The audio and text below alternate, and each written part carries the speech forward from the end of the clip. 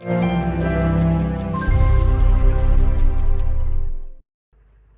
firefighters patrolled the U.S.-Mexico border near the outskirts of the New Mexico town they serve. The temperature on this August afternoon was around 100 degrees, typical during a summer when nearby El Paso, Texas hit that mark 44 days in a row. They spotted something that has become all too familiar, a body of a migrant killed by the scorching heat. Here's firefighter Daniel Medrano.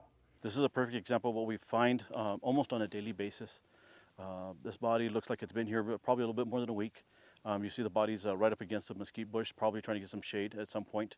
But you can see behind me, we're not maybe 3 to 5 miles away from the city, and this is what happens. In the last 12 months through September, U.S. Customs and Border Protection logged 60 migrant deaths due to the heat in the El Paso sector, triple the number from the same period a year ago. Firefighter Ramiro Rios said many of them are not accustomed to the weather conditions they face. When these migrants are coming from very humid climates like Honduras, Venezuela, Colombia, and they're coming into the desert, they're not acclimated to this dry heat.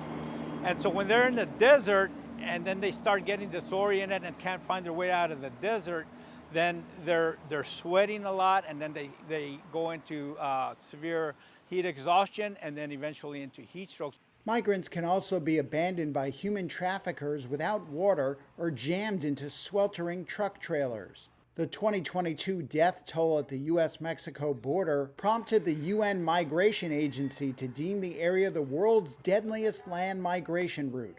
Por favor, mantén la calma. The Border Patrol over the last 2 years has installed 20 of these rescue beacons in remote areas where migrants can press a red button to call for help. It can assess the situation via cameras and dispatch officers to help, but the drive here can take up to 2 hours. Migrant advocates for years have warned that the hostile desert climate is perilous for migrants. Now they fear rising temperatures related to climate change are making the difficult trek even deadlier.